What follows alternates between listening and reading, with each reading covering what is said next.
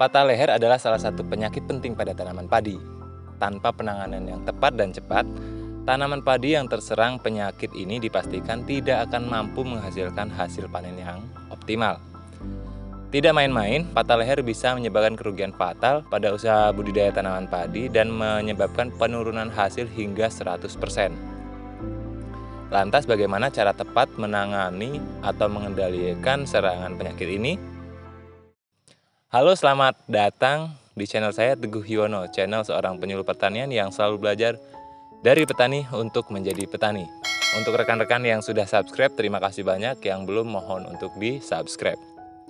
Penyakit patah leher adalah penyakit yang disebabkan oleh jamur, tepatnya jamur Picularia oryzae. Dulunya penyakit patah leher ini hanya terjadi pada pertanaman padi gogo. Tapi seiring perkembangan zaman, mereka berevolusi dan sekarang hampir bisa ditemukan di seluruh pertanaman padi di area sawah.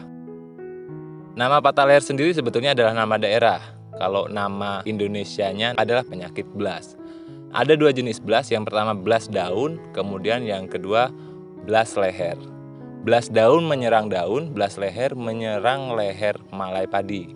Blas daun menyerang saat fase vegetatif, sementara blas leher menyerang ketika tanaman memasuki fase generatif atau sudah menghasilkan bunga dan biji. Nah, blas leher inilah yang sebetulnya yang paling berbahaya. Karena serangannya pada leher malai, maka tanaman yang terserang tidak akan mampu melakukan pengisian gabah secara optimal. Gabah jadi kosong dan hampa pada malai tersebut. Sementara blas daun bisa dikatakan tidak terlalu mengerikan. Hanya saja jika dibiarkan, blas atau jamur yang terdapat pada daun nantinya akan tumbuh, menyebar, berkembang, dan menginfeksi leher malai, menyebabkan blas leher yang pada akhirnya akan semakin sulit dikendalikan di kemudian hari karena penyebarannya luas. Untuk mencegah dan mengendalikan penyakit blas ini, baik blas daun maupun blas leher, ini ada 3 langkah mudah yang bisa kita lakukan. Kita akan bahas satu persatu. Yang pertama adalah penggunaan varietas tahan. Jika selama ini mungkin rekan-rekan petani masih menggunakan varietas-varietas jadul, misalkan Ciherang atau IR64, mulai sekarang cobalah untuk beralih ke varietas yang disebut tahan terhadap serangan patah leher ini. Contohnya untuk padi rawa ada Inpari 21, Inpari 22, Inpari 26, atau juga Inpari 27. Nah, kalau untuk padi gogo, ini bisa pakai Inpago. Inpagonya Inpago 3 sampai 8. Meskipun begitu, varietas-varietas ini juga tetap harus digilir ya setiap musim. Jangan terus-menerus menggunakan varietas yang sama di lahan yang sama. Karena pada akhirnya akan membuat si jamur memiliki kekebalan atau bisa beradaptasi di lahan tersebut. Ingat, apapun jenis penyakitnya, pergiliran varietas itu sangat penting untuk dilakukan. Cara kedua adalah dengan melakukan teknik budidaya yang sesuai. Jadi ada 3 hal sebetulnya. Yang pertama, kita terapkan jajar legowo untuk membuat jarak antar tanaman menjadi lebih longgar sehingga lingkungannya tidak mendukung perkembangan jamur. Kemudian juga dengan pengairan berselang atau intermittent irrigation ya. Jangan selalu penuh dengan air, ada kalanya kita keringkan, kemudian kita isi lagi dengan air, begitu untuk pengelolaan airnya di lahan. Kemudian juga kita harus menggunakan pemupukan berimbang. Jadi antara urea dengan KCl ya harus bisa berimbang. Jangan terlalu banyak urea karena urea ini menyebabkan pertumbuhan penyakit termasuk jamur patah leher ini semakin cepat berkembang. Gunakan pupuk KCl. Pupuk KCl membuat tanaman menjadi lebih tahan terhadap berbagai jenis penyakit. Selalu ikuti rekomendasi dosis pemupukan yang berlaku di kecamatan Anda. Informasinya bisa diperoleh dari BPP atau Balai Penyuluhan Pertanian di kecamatan Anda. Terlepas dari itu semua, yang juga sering dilewatkan adalah perlakuan benih atau seed treatment.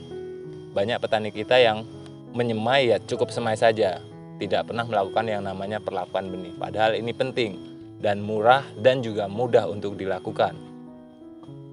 Jadi ketika kita mau menyemai, setelah kita rendam, misal nih kita mau 1 hektar ini mau pakai 25 kilo benih.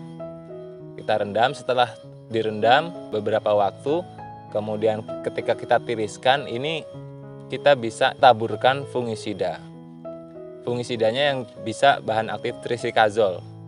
Kalau saya biasanya gunakan Denis ya, yang bentuknya tepung atau WP. Kita campur, kita aduk.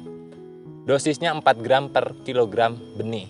Jadi misalkan 25 kg untuk 1 hektar, ya kita cukup berikan 100 gram Denis atau merek lainnya juga boleh, yang penting itu trisikazol bahan aktifnya.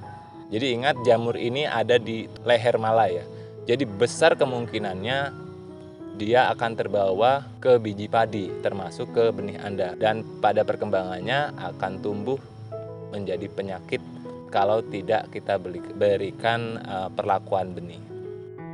Kemudian yang terakhir, kita penggunaan fungisida ya.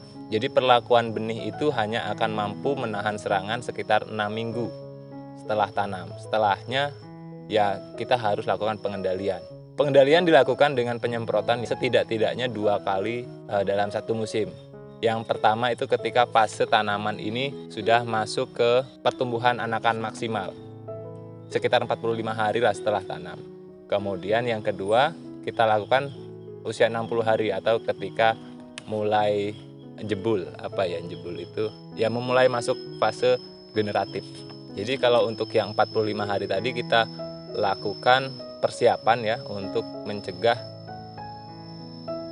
menyebarnya belas daun, sementara yang 60 hari itu untuk mencegah terjadinya serangan di leher malai atau belas leher.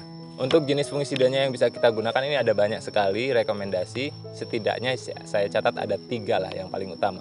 Yang pertama trisikazol, termasuk diantaranya Denis dari Delta Agro, Blast dari Agricon, dan Envoy dari Nufarm.